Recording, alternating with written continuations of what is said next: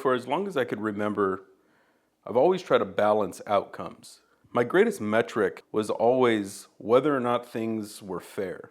I always operated under the idea that if people are operating under the same general goal, then their input should be roughly the same. That always seemed fair to me. It felt fair to me. And so it was really no surprise that I brought that same mentality, that scorekeeping, into my relationship with Esme. But what I didn't understand is that that was going to do a lot of damage over the years. Because while fairness is not a bad thing, I think that few things damage a relationship day to day more than scorekeeping. Because a relationship cannot be simultaneously built on scorekeeping and still be a partnership. There's an inherent lack of partnership when you're trying to keep score of who's done what and who owes who. But for much of my relationship, I wasn't worried about partnership. I wasn't thinking about partnership. I was thinking about fairness. So I was always thinking, am I doing enough? Is Esme doing enough? Are we balanced in our efforts? And because I was so focused on ensuring that our relationship scale was balanced, I missed a lot of things. Scorekeeping really relies on what you can see the other person doing. So I would count all of those visible things. What Esme was doing with the kids, the tasks she was doing around the house, the laundry, the chores. And of course, I was tracking everything that I was doing. But it was impossible for me to actually count everything that Esme was doing. All of the planning, the preparation, the noticing of things that needed to get done, all of those things went missed by me. That's a lot of emotional logistics. That's a pretty substantial invisible load that I was never counting in that balance of fairness. So from my perspective, being able to see and know everything that I was doing, invisible or otherwise, I felt like I was doing a lot. But from her perspective, she felt as though I was on autopilot. Where I felt like I was contributing, she felt as though I was absent, that I wasn't being present with the family. I wasn't being present with her. All those times where I felt justified in how I was spending my time, she was just feeling increasingly alone. And because I was never able to really understand all of those hidden things that she was doing, all of that invisible load she was carrying, I increasingly began to have this sense that I was doing more. And of course, I began to become resentful towards her. We would often have arguments around this where she would tell me that she feels as though I wasn't present. She felt as though I was always occupied with other things. Something she would tell me consistently is that she felt like we were living tangent lives. This caused me a lot of distress. This caused me a lot of frustration because according to my scorekeeping, I was doing a ton. Whether or not she was able to see it or not, I was doing so much. But I failed to understand that she was doing just as much and I just wasn't able to see it. And so as my frustration grew, I eventually adopted this mentality that I can't do the right thing, obviously. So if I can't do the right thing, I'm just going to tell her to tell me what to do. And so that's exactly what I did. My mindset became, fine, just tell me what to do. What is it that you need from me? And then I will happily go and do it. And she would tell me, and then I would go and accomplish that task. And then I would go and ask her for more tasks, and she would tell me which tasks to do, and I would go do those things too. And I guess I figured that if I just did only the things that she told me that needed to be done, then there's no way that she can continue to feel alone. There was no way that she can continue to feel as though she didn't have a partner because I was doing exactly what she asked. And that fundamentally was the problem. I thought that that was showing willingness to do the work. I thought that I was, by asking her what to do, that made me a good partner. But the reality is that I was just handing my portion of ownership of our relationship over to her and asking her to manage my efforts. I was asking her, in essence, though I didn't realize it at the time, to bear the full responsibility of our marriage and just call me in when a task needed to be assigned. And I mistakenly thought that I was lightening her load. I thought I was making things better. I thought I was doing the right things to help improve our relationship by taking things off of her plate and onto mine. Because at the end of the day, I was asking her honestly, please tell me what you need from me so that I can provide it. And that question is an honest question, and it can be a loving question, and it's a question that all people in relationships should be asking. The problem was that's all I was doing. I was never noticing on my own. I was only asking to be assigned my next task. And during this time, when I would ask her to tell me what to do, something she always said that always confused me was, well, you should know what to do. And this would always frustrate me because I'm not a mind reader, but that's not at all what she meant. She wasn't asking me to read her mind. She was trying to tell me in her own way that we're in this life together. This isn't about my responsibilities and your responsibilities. This is about our responsibilities for this beautiful life that we're trying to build together.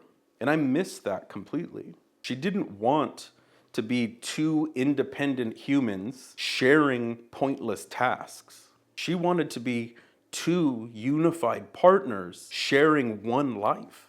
She didn't want to be driving the bus of our life. She didn't want to be managing all of her efforts and all of my efforts and managing the kids and the task and the chores. She just wanted us to be on the same page. She wanted a fair split of ownership over our relationship between her and I. And as it often does, hindsight makes this very painfully clear to me now. I was trying to help, and I was giving up all of my ownership. And there's a significant difference between helping and owning. Helping is showing up to a job that somebody has already noticed that needed to get done and has assigned it as a task. Owning is having a vested interest and full understanding of the goal that everybody is trying to reach, and then noticing when these tasks that help you get closer to that goal come up on their own. And while I was very sincere in my pleas and my asking for her to just tell me what to do, what I was accidentally doing was giving away all of my ownership of this relationship back over to Esme. And the more I tried to fix things by asking, tell me what to do, the lonelier she felt, the less that she felt like she had a partner in life, and the more that she felt that she had a husband who was living on a tangent or parallel life to hers. At the end of the day, with all of my attempts to balance the scale of effort, I was missing so much of the information that was needed for me to make it make sense in my head. I was missing all of the weight that she was carrying, all of the management, all of the emotional logistics. And I wasn't factoring that in any way into my calculation on who's doing more or are we doing enough. And before too long, without even realizing it, I made her completely responsible for the ownership of our entire life together. And that's a massive weight for her to have to carry. And I'd love to say that once I noticed all of this and once I started to understand this, that I changed my behavior and everything was great. And this is a success story. But that's certainly not the case. I would say that this is the one area that I struggle with the most to this day consistently. It's an area that I fall back into constantly. Esme and I and the family are going through a very big change in our life right now. I've recently left my sales career to do this full time, to do practicing presence and to run Pike and Pine photography, to try to help couples to connect, to try to help couples avoid some of the mistakes that I've made, that Esme had to endure, some of the mistakes that she's made and that I've had to endure. And at the same time, Esme has just been promoted in her career in the medical field, where she's now running multiple clinics in a much larger and expanded role than she's ever had before. And for both of us, this means longer hours, heavier workload, tighter schedules. And for Esme, it also means a lot of additional travel that she's never had to do before that takes her away from home. It's ultimately an entirely different rhythm for our family. And logically, this is the time where I should be doubling down on this lesson that I've learned. This is the exact season where I should be stepping up to the plate and be taking on more of that whole ownership of our relationship. Not waiting to be told what to do. Not waiting for her to name those things that have been changed that I need to address. Not waiting for her to point out where the pressure has moved and how I need to shift. But yet, I still find myself consistently going to her and asking her, what do you need from me? Tell me what to do. And every time I say it, I can feel that old, familiar, and I think in many ways comforting posture that comes from that. Because in those moments, it feels helpful, it feels reasonable, but I think also, and most importantly, it feels safe. The big difference is that I now understand what it can become. And I think that's the honest part of all of this. Our roles have changed. The rhythm of our life has changed. The pressure and struggles that we face on the day-to-day has changed. But yet my old habits, my old inclination to give over the ownership back to Esme to hold, it continues to try to creep back in. And I think that's why, for me, this is such a humbling topic, because I didn't learn this lesson once and then fix it, but rather I have learned it over and over again, and I have to go out of my way to continuously try and choose it again. And sometimes I fail, sometimes I succeed, but I'm always trying, because I have to notice when I start slipping back into it again, instead of being aware of what needs to be done. I have to notice when I'm waiting for direction instead of taking ownership over our life. I have to notice when I'm trying to protect myself with this idea of fairness instead of participating in active partnership, because all relationships are cyclical. It's not a straight line of achievement. It's a cycle where we're going to continuously make the same mistakes until we slowly learn the lessons that we need to learn over time. So for me, ownership of our relationship is not a box that I check once and it's done. It's something that I have to consistently return to. It's something that I have to consistently be reminded of, sometimes by Esme, sometimes of my own accord.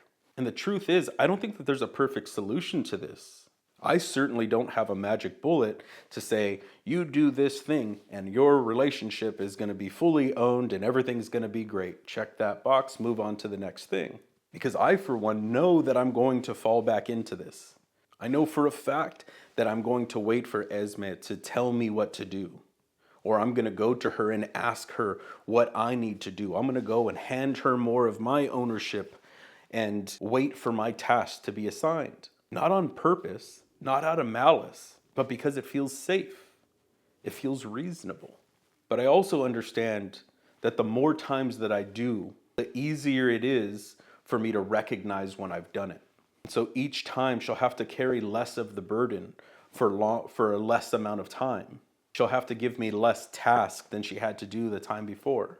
And I hope that one day I'll be able to grow to the point where Esme has a partner who shares responsibility, who shares ownership in our relationship together, full time.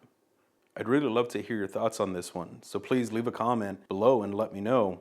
Are you trying to balance fairness of effort, or have you already figured out that ownership of the whole relationship is really what we should be searching for? I'll talk to you all soon. Cheers.